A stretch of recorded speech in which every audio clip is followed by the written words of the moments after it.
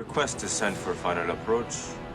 A 737 heads for a Brazilian airport on the edge of the Amazon. Aren't we supposed to be landed in Belém? I think we're close. But Varig Flight 254 never reaches its destination. Something is very, very, very wrong here. No visible lights, Captain. 54 people and a jetliner have vanished without a trace. When the flight didn't land, it was declared an emergency. As they took the reported position of the airplane, it wasn't there. The desperate hunt for a missing plane This is our search area right here. will lead to an astonishing find. It's something I'm still mystified by.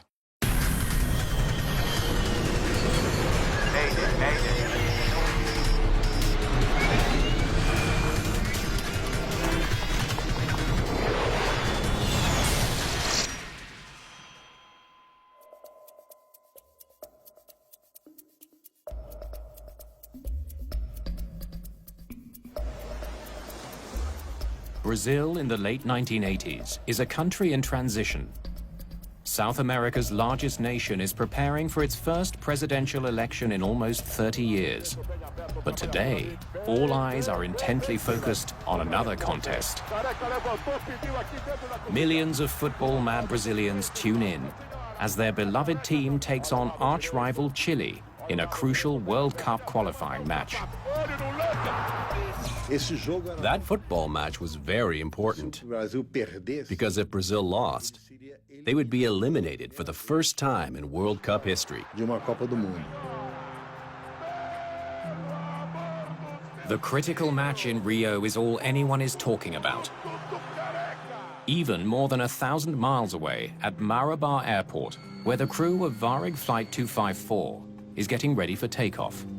Exterior check complete. So, Nils, you think Chile has a chance tonight? When it comes to the World Cup, Captain, nobody has a chance against Brazil, huh? Varig Flight 254 is scheduled to fly north from the mining town of Marabá to Belém, near the mouth of the Amazon River. The crew checks the forecast and dials in a compass heading to guide them to their destination. In the 737-200s, which is an older generation airplane, they don't have the modern flight management computers. They're using an older technology of ground-based radio navigation aids. There are 48 passengers on board, including Carlos Siqueira. I was taking time off.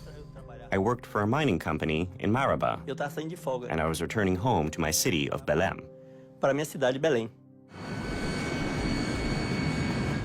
Here we go.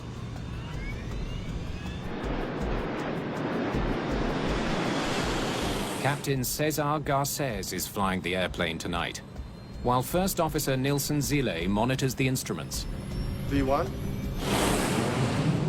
Rotate.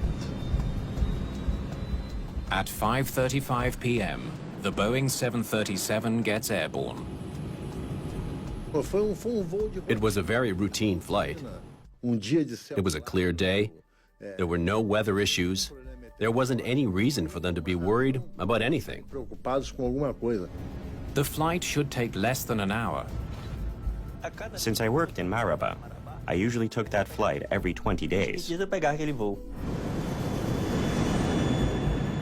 After 23 minutes, the flight computer tells the captain that they're getting close to Belém. This airplane had the performance management system where they could enter the distance to the destination, and it would help improve the fuel efficiency. Looks like we're nearly there.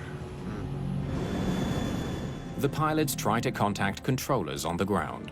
Belém Tower, Varig 254. Requesting descent. Strangely, they get no response from the tower. Belém Tower, Varig 254. Belém Tower, do you read?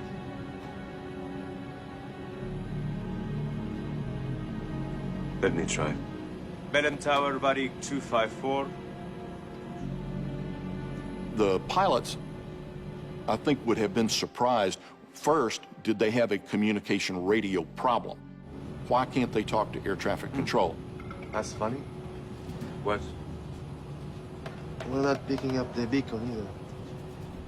Airports are equipped with very high-frequency omnidirectional range beacons, or VOR beacons. They send out signals that planes follow to the runway. I've got nothing. Varig 254 isn't picking up the signal from Belém Airport. I'll call the tower on HF. The captain switches his radio to high frequency and tries making contact again. Belém Tower, Varig 254. They were not able to raise air traffic control on their VHF communication radios. It happens occasionally, and it requires then the use of a much longer range radio system. Belém Tower, Varig 254. The strategy works. Varig 254, Belém Tower, go ahead. As you approach the destination, you have radio navigation tuned up to that specific beacon on the ground. Belém, we're on approach, but we aren't seeing the VOR. Is the beacon down? Negative 254, looks like it's on your end. In this case, they weren't receiving that, Understood. and they were doing what is deduced reckoning or dead reckoning. The captain checks his performance management system and calculates when they'll arrive at their destination. Belém, we're 25 minutes out. Request descent for final approach. Roger, Varig 254, clear to flight level 200. The controller clears the crew down to 20,000 feet. Flight level 200, Varig 254. Air traffic controllers in non-radar environments separate the airplanes by time. So these position reports are very critical, and it's required that if your estimate to a fix changes by more than 3 minutes, you're required to advise air traffic control of that revised estimate. The plane should soon be at the airport. When the plane was descending, it seemed like it was a normal landing. As the plane drops below the clouds, the captain looks for the lights of Belém. They break out of the clouds expecting to see terrain that they're familiar with Where are the lights? and expecting to see the airport Where's the airport? and to visually align the airplane with the landing runway. They don't see that. Instead, there's only darkness, as far as the eye can see. That's when everybody thought, where is he going to land if there's no runway? Belém is not there. Aren't we supposed to be landed in Belém? Panic started building in the airplane. People were asking, why aren't we landing in Belém? What's going on?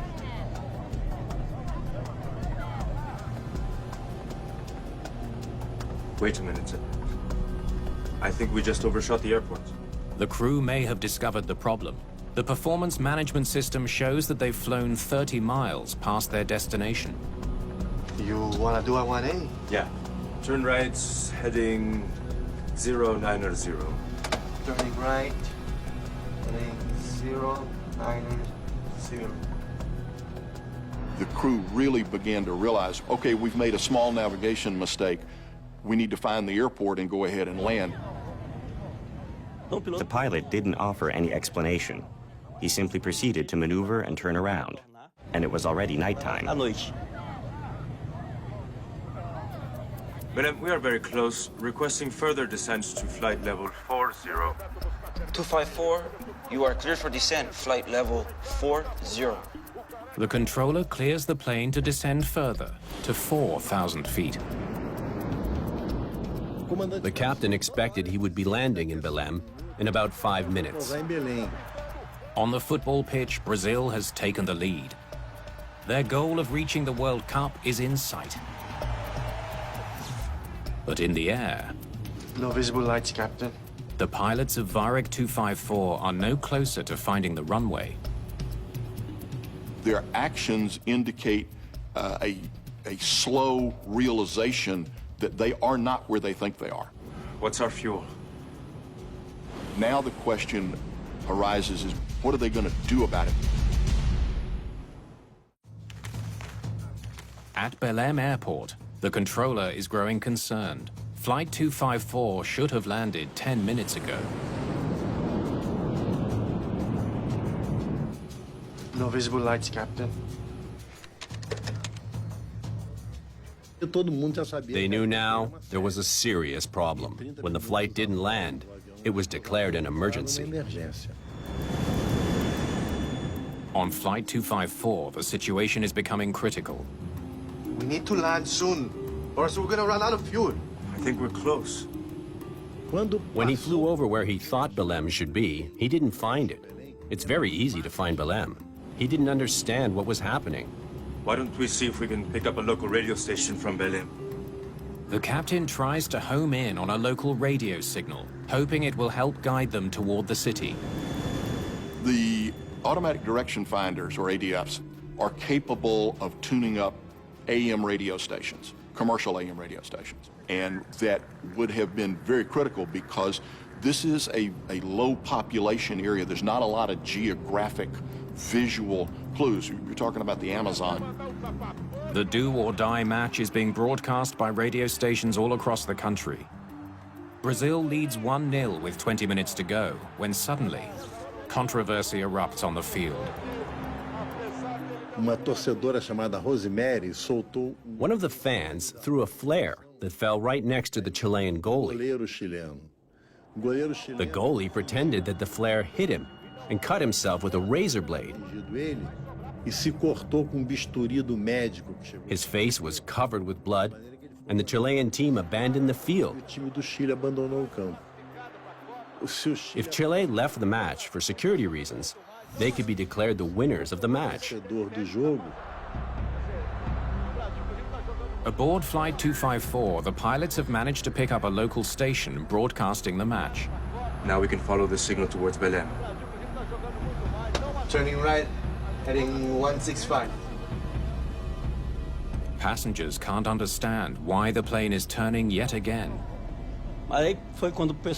We were getting extremely worried. The plane is going back and forth. The stars and the moon were on one side, and now they're on the other side. There's something wrong here. What's going on? The captain is confident he's now on course. He's spotted a landmark on his radar. There we go. We're over the Amazon now. Belém is near the mouth of the Amazon. Following the river should lead the pilots to the city. But moments later, there's serious trouble. We've got a fuel warning. Flight 254 is running out of fuel. The pilots suddenly realize they can't make it to Belém. Do you want to put out some flaps in case we lose power? Yeah. They'll have to crash land in the dense Amazon rainforest. Flaps to 2. We need to do a controlled descent. I better prepare the passengers. Ladies and gentlemen, we have had a malfunction with our navigation instruments, and we will be making a forced landing. He said there was going to be a forced landing, and that we should all take our emergency positions. Bend your head down and hold your legs together. And may God help us. Those were his words. And may God help us. Panic begins to take hold in the cabin. Some people were praying. Others raided the bar and drank everything. Others were looking for the best spot in case of a crash. Another passenger sat in the last row, and he grabbed all the pillows and completely covered himself with them. At 8:45 p.m., Flight 254 runs out of fuel. The left engine is the first to die. We just lost an engine! Hang on. I'm going to put her down. There goes the other one! With the second engine gone, the 37-ton jet sinks closer and closer to the ground below.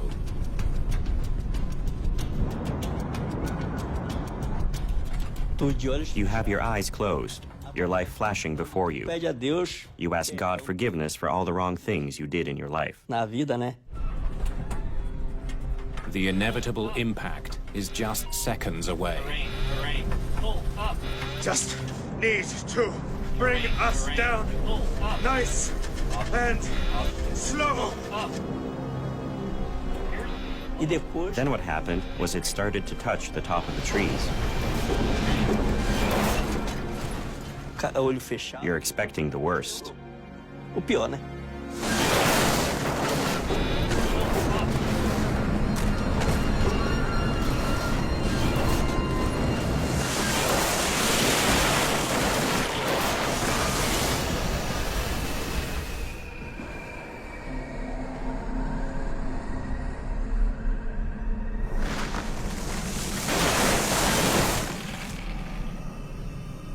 He made the most difficult forced landing in the history of aviation. Deus meu do céu. O momento que parou o avião. When the plane stopped, Eu me toquei I todinho. felt myself all over to see if I had any cuts Fratura exposta ou broken bones. qualquer coisa quebrada. Aí, não, meu pensamento. And then I thought, am I in heaven? Será que eu tô no céu? Have I died and I'm already in heaven? Morri, tô no céu já. Of the 54 passengers and crew, 48 have survived. Many are badly hurt, including First Officer Zile. The first officer, Nilson Zile, was pierced on one side by a tree branch, and he was badly injured. He fractured his leg and his shoulder. Captain Garces quickly takes control of the situation. I'll come back and help you. I have to check the passengers, okay? Captain Garces didn't get hurt. He didn't even have a scratch.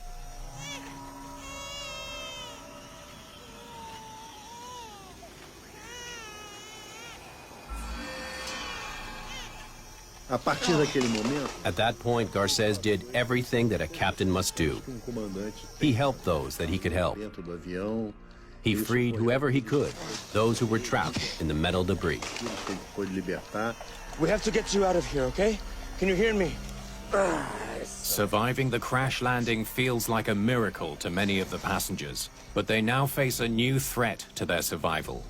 They're stranded in the vast Amazon rainforest with no food, no water, and no guarantee that they'll ever be found. No.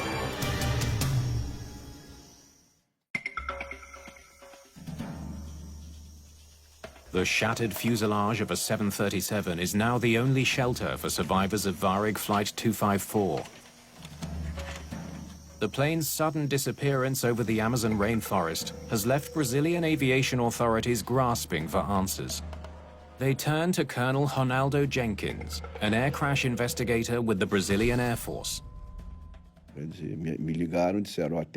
called me and said there's a commercial aircraft that was supposed to arrive in Belém, and it didn't arrive. But no one knew exactly what happened to the plane. They left Maraba on time, but never got to Belém.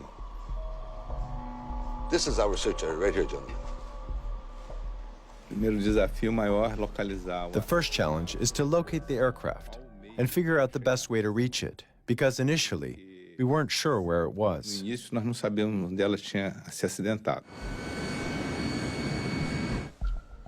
Investigators interview the last person to be in contact with Flight 254, the Belém air traffic controller. According to the controllers, the communications were quite normal, other than the strange fact that they weren't receiving a signal from the ground-based equipment, the VOR beacon at Belém. He said he was close. He asked me for descent. Belém Airport is not equipped with radar. The controller can only tell investigators the pilot's last reported position. Because there was no radar. The air traffic controller relies on the proper navigation skills of the pilots and their timely reports. With little else to go on, rescuers concentrate the search in a small radius around Belém. They find no sign of Flight 254. You never start with a preconceived idea that such and such happened. Exploded mid-flight, lost an engine, none of this. In other words, you go in search of the aircraft that left one location and was supposed to arrive in another. Investigators also comb through satellite data, hoping to find a signal from the plane's emergency transmitter. The distress beacon is designed to activate after an accident to help guide rescuers to the plane. The impact should have set off their locator. All we have to do is figure out which one is Flight 254. But the signal from those beacons is on the same frequency as other emergency transmissions, making it hard to pinpoint the plane. Every time you use this frequency, or speak on this frequency, the satellite receives those messages. And so it's a lot of work to identify which one is the real position of the airplane.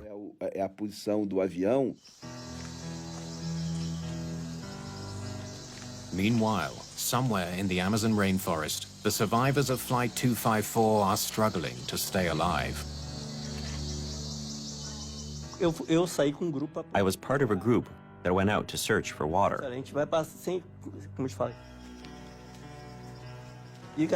There was a stream nearby. We drank some water and we took some back for the people who were in the plane. There's some water. Hey, have some water, man. But Carlos Sequeira's efforts can't save everyone. There were people there who were severely injured and in horrific pain, and some of the passengers started dying. If help doesn't arrive soon, more will die. The captain had hoped rescuers from Belém would find the crash site within hours. Now, a day later, he fears the plane's emergency beacon isn't sending out a signal. I think I can get this working if I can just get it submerged. Some beacons are designed to activate only when a plane is lost at sea. In the case of the Varig airplane, it was the emergency locator transmitter only transmitted when it was immersed in water. With precious water in short supply, Garcés comes up with a creative solution.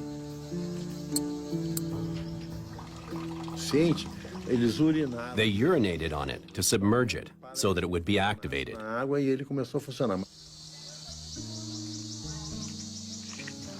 want to send a helicopter to go and confirm the identity of this signal here.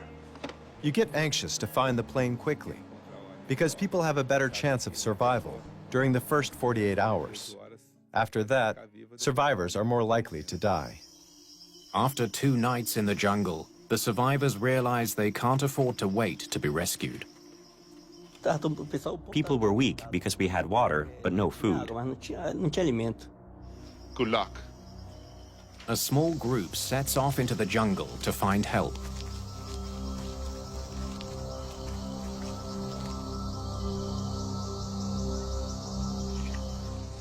Hours later, they stumble on a farmhouse. Their terrifying ordeal will soon be over. They found survivors. It's sort of a relief to realize the scenario is not as tragic, and there's an urgent desire to get to the location and start to work. Then investigators get a shock. Where did you say they are? The crash site is nowhere near Belém. It came down right here. The wreckage of Flight 254 is lying in the jungle nearly 700 miles away. How on earth did they get way over there? We were really very surprised to learn that the plane was in that location. Very far south and very far west of the position where it should have been. No wonder we couldn't spot the beacon. It's nowhere near the destination.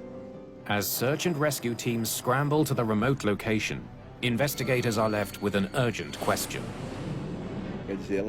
They were not supposed to be in that location, so they got lost during the flight. Now, what caused them to get lost continues to be a mystery.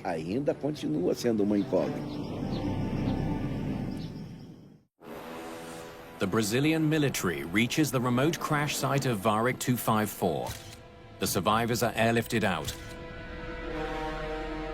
5 have died waiting for rescue. Another dies soon after.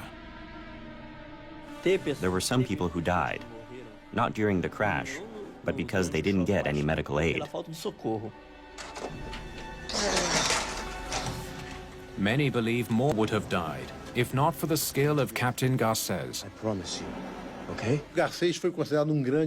Garcés was considered a great hero by the Brazilian people because he was the pilot who was able to land a plane in the dark and save 42 out of 54 passengers.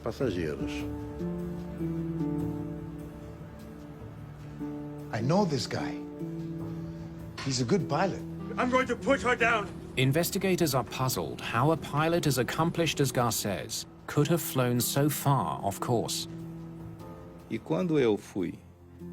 While I worked as an inspector for Varig, twice I oversaw Garcés. Twice. And I could see that he was a very disciplined pilot and extremely professional. He knew the aircraft, knew the procedures. He definitely did things correctly. Our navigation instruments weren't working. It's very strange. I've never encountered something like this before. The captain claims the plane's instruments malfunctioned. He was forced to navigate by tuning into a radio station. We had to improvise. Why don't we see if we can pick up a local radio station from Belém? News that the crew tuned into a commercial radio station sparks media speculation that the pilots became lost because they were distracted by the match. You hear a lot of things during an accident investigation, a lot of ungrounded speculation. I would call that an incomplete and unsubstantiated accusation. At the Amazon crash site, there's been a major breakthrough: the discovery of the plane's 2 flight recorders. The flight data recorder captures detailed information about the plane's heading. Investigators hope it will reveal why Flight 254 was so badly off course. We were relying on the 2 flight data recorders. Both pilots were alive, so we thought we were certain to come to a conclusion. They also recover as many documents from the cockpit as they can. The most important things at that moment were navigation charts. All of them. Manuals, records, anything that would provide support and guidance for the pilots to fly the plane. Each fragile page is carefully photographed to prevent further damage. Meanwhile, investigators use the heading data to reconstruct the path of the plane. They took off due west, heading 270. The flight data recorder was fundamental because it provided us with the track of the airplane, the positions, the times, where the airplane flew. But the flight data paints a confusing picture. Instead of flying north to Belém, the plane took off west and flew in the wrong direction throughout the flight. They're flying the wrong way for the entire flight. This became a central focus of the investigation, to know why the aircraft was so far off course. Why? A broken navigation system could explain the mistake. But when investigators try to get more information from the crew, they hit an unexpected roadblock. The pilots' union flies Garcés and Zile to Rio de Janeiro, denying investigators access to them for several days. The union believed the investigators would hold the pilots responsible for the crash. For now, the only words from the pilots that investigators can hear are those captured on the cockpit voice recorder. Let's hear it. We just lost an engine. Just need to bring us down. Nice and slow. It's the hardest part of the job for any air crash investigator, hearing the fear in a pilot's voice. We just lost the other one. And listening as a fatal tragedy unfolds. I'm going to put her down. Rewind it, please, all the way to the beginning. Investigators hope the 30-minute recording can tell them why the pilots flew in the wrong direction. But they're out of luck. There we go. We're over the Amazon now. By the time the recording starts, the pilots are already badly lost. Whatever led them off course happened earlier in the flight. Cockpit voice recorders traditionally have been the last 30 minutes of flight. Only in recent years has that recording length been extended to 2 hours. The problem started during the first moments of the flight. We didn't have a recording because of the time limitations on the cockpit voice recorder. Investigators are desperate for more information. They study the navigational instruments recovered from the cockpit. We set out to make a complete analysis of the entire navigation system of the aircraft. They know the captain reported a malfunction in the navigation system that put his plane hundreds of miles off course. That's funny. What? We're not picking up the beacon either. They need to figure out what could have caused such a malfunction. If they don't, the lives of passengers around the globe could be in danger. We were very concerned because there were at least 30 other aircraft of the same model flying in Brazil. If it happened to one, it could happen to others. The pressure on investigators is huge. Investigators look into the possibility that the navigation system on Varig Flight 254 malfunctioned and led the crew off course. In a situation where there's this much confusion about where they are, one of the questions that come up is what systems may have malfunctioned. They suspect the plane's cargo may hold the key. The 737 has a magnetic sensor in the tail that acts as the plane's compass. It tracks which direction the plane is flying and feeds that information to the cockpit instruments. If something in Flight 254's cargo was giving off a strong magnetic field, it might have confused the sensor.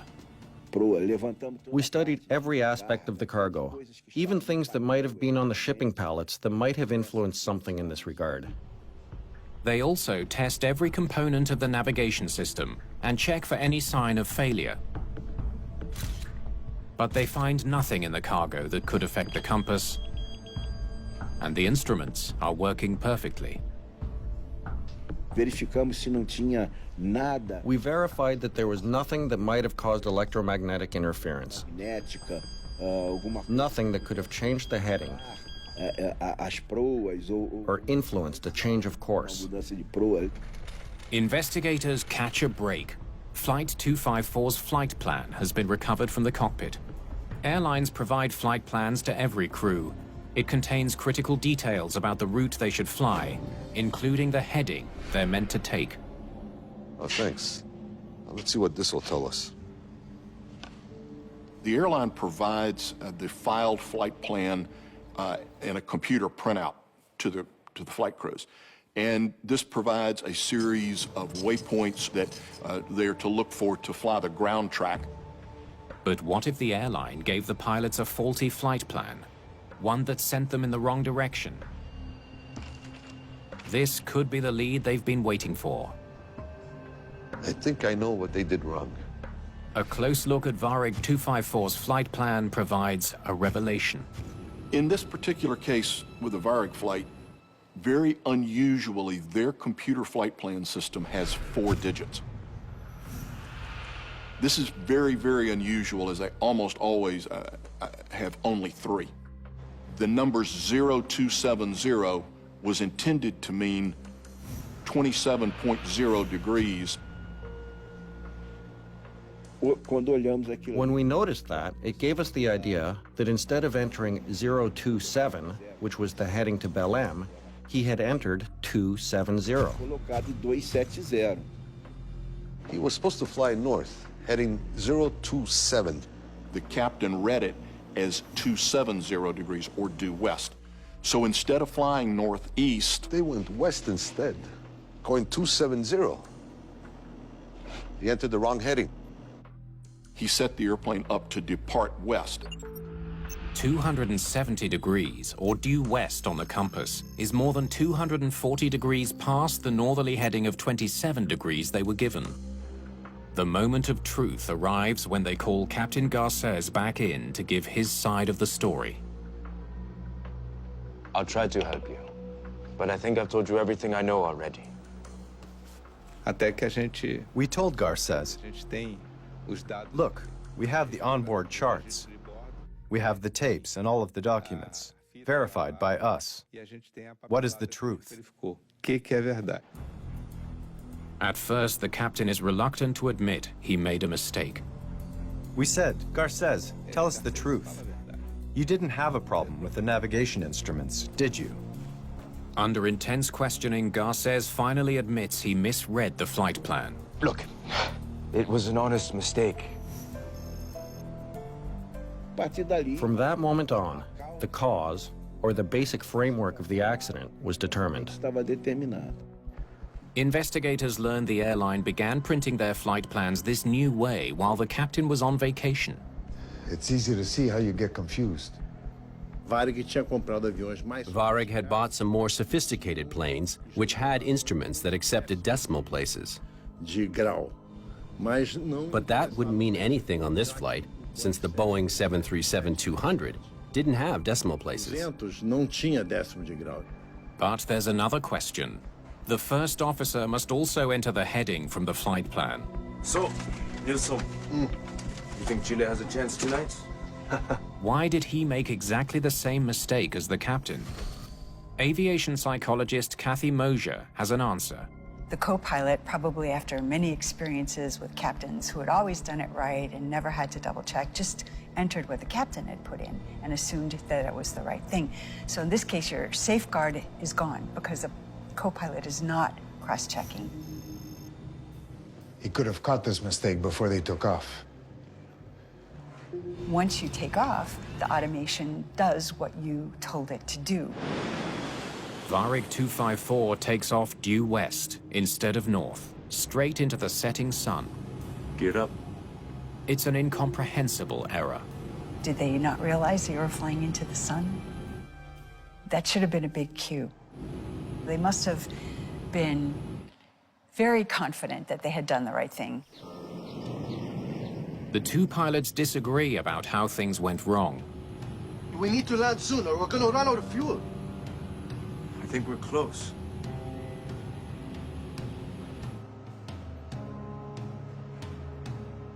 The first officer was protecting himself, suggesting that he had done everything right, and Garces was at fault.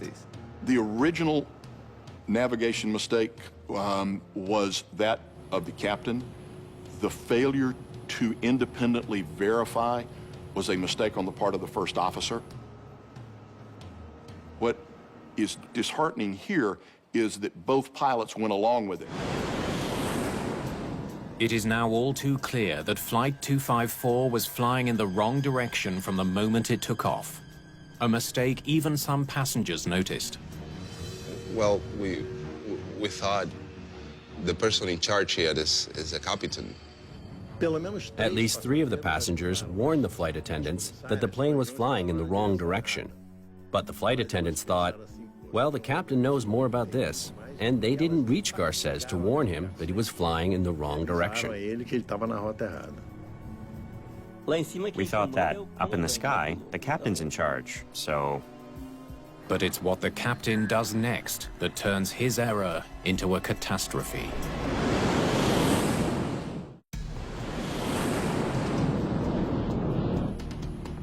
The crew of Varig 254 makes a critical error in judgment.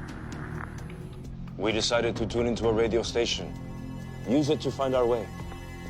Instead of radioing for help, they try to get back on course without admitting their mistake. His pride prevented him from saying to his colleague, "Help me, I'm in trouble." That would have been a better approach. Their attempt to use commercial radio stations to find the airport doesn't help. They wrongly assume the signal is coming from Belém. They follow it away from their destination. When you tune into a radio broadcast, commercial radio, it's possible to receive content originating from different locations. Guys, can you believe this? They still haven't restarted the match. You need to verify that it is in fact that station, that it identifies its call letters, and that you have that validation. Can you believe those guys? Though there is no hard evidence, some continue to believe the pilots were distracted by the football match. People say he was listening to the Brazil-Chile match, and that's why he didn't notice his mistake. But investigators believe there may be a psychological explanation, a quirk of human nature that can trap even the best trained pilots. There we go. We're over the Amazon now. The captain spotted a river that he thought was part of the Amazon north of Belém. You decide on your initial judgment, and you think that it's right, and so you look around for things that support your position. The crew was looking for signs that they were close to Belém. He decided to follow that river south to get to Belém. But the river they saw was not the Amazon. It was the Xingu, a river more than 600 miles southwest of Belém. They were following the wrong river. How could they be so confused for so long? Investigators conclude the crew was in the grip of what's known as confirmation bias, the tendency to favor information that confirms something we already believe. I think we're close. Confirmation bias is one of the common decision-making biases that people are subject to. And the thing that's insidious about it is that you don't often recognize that that's what you're doing. When I saw the river, I was sure. I was sure we were close to Belém. Just goes to show you anybody can fall into decision traps, and even experts have to always be on guard. In 3+ decades of doing accident investigation, this is one of the most unusual accidents I have ever read or am aware of. The accident report faults both pilots for the disaster. As the details of the flight were discovered, the terrible mistake that he made, the captain went from hero to villain. They were both convicted for their negligence and sentenced to community service. The report also criticizes the Belém controller for not raising an alarm sooner. The controller at Belém Tower was very worried about the football match between Brazil and Chile. He had one ear on the broadcast of the match and the other paying attention to the flight. 254, you are cleared for descent. He should have realized there was a problem when the plane could only contact the tower on high-frequency radio, a major clue that the plane is probably far away. Everybody makes mistakes. Errors are not unavoidable. So the way that you deal with this is you be aware of the threat, you try and trap errors if they occur, and fix them. I think it was the failure of these two pilots to maintain the highest standards of professional airmanship. I think in that point, they did not meet the necessary mark. After the crash of Varig 254, the airline changes their flight plans, so the decimal place is clearly marked. They also improve pilot training. Brazil's national radar system is modernized and expanded to cover the entire country, making it less likely that a plane will go missing. Brazil never even made it to the quarterfinals of the 1990 World Cup, which was won by West Germany. The scandal of the Brazil-Chile match faded over time, but the legacy of Flight 254 endures. This is one of those cases where looking and understanding what this crew did can serve as an absolute bright example to help crews in the future not make these same mistakes.